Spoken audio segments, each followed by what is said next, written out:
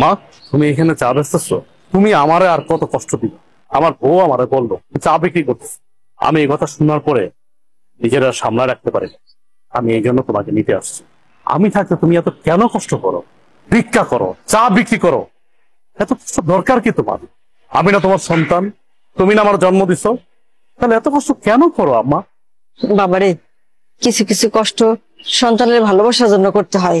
আমি চাই নাই ভালোবাসা, আমি শুধু চাই তুমি আমার পাশে থাকবা, সবসময় আমার পাশে থাকবা।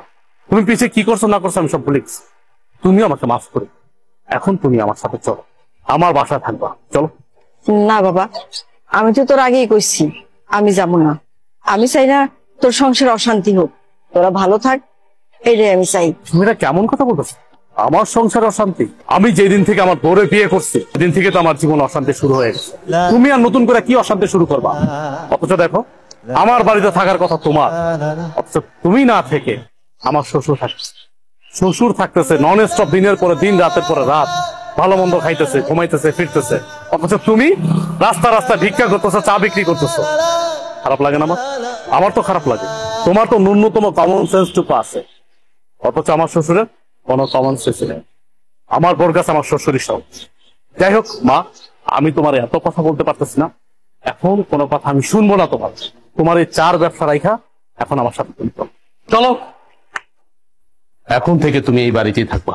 তুমি এত কিছুর পরেও সেই তোমার মাকে বাড়িতে নিয়ে এসছো, আমাকে তোয়াক্কা করে তুমি তোমার মাকে নিয়ে আসছো। তোমাকে কি তোয়াক্কা করবো? কি তোয়াক্কা করবো তোমাকে? আমি এই সংসারটা চালাই, আমি ইনকাম করি, আমি 5 তলায় বসে এসির বাতাস খাবো, আর আমার মা রাস্তা রাস্তা চা বিক্রি করবে, ভিক্ষা করবে, সে গাছের নিচে থাকবে। দেখো, এই সংসারটা আমার, এই সংসারটা আমি মেনটেন করি, তাই আমি যা বলবো তাই হবে। আমি তোমার মাকে নিয়ে থাকবো না এই বাড়িতে। কে কার সাথে থাকবে বা না থাকবে এটা একান্ত ডিসাইড করব আমি। তুমি ডিসাইড করার কে? কে তুমি? কে তুমি বলো? আমি কে মানে? আমি তোমার বউ। এই বাড়িটা আমার, আর এই সংসারটাও আমার। এই সংসারের সব দায়িত্ব আমি পালন করি, তুমি তো তেমন কিছুই করো না। সো আমি এই সংসারে যে ডিসিশন দিব সেটাই ফাইনাল। আর তোমার মা তোমার ছোট ভাই ঘরে টিকতে পারেনি, আমার ঘরে কেন টিকবে? হ্যাঁ, তোমার কি মনে হয় যে উনি অত ভালো একটা মেয়ের সাথে টিকতে পারলো না, আমার সাথে টিকতে পারবে? কখনোই না। আমি তোমার মাকে নিয়ে এই এক ছাদের নিচে কোনো দিনও থাকবো না। এখনো সময় আছে, তোমার মাকে বের করো।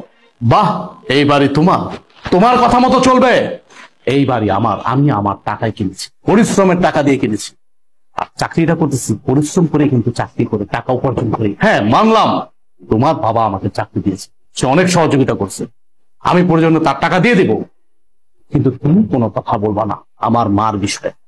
আমি বাইচা থাকতে তোমার মা এই বাড়িতে থাকতে পারবে না, তাহলে তোমার সাথে আমার সংসার টিকবে না। কি হয়েছে মা, এত চিল্লাচিল্লি করছিস কেন?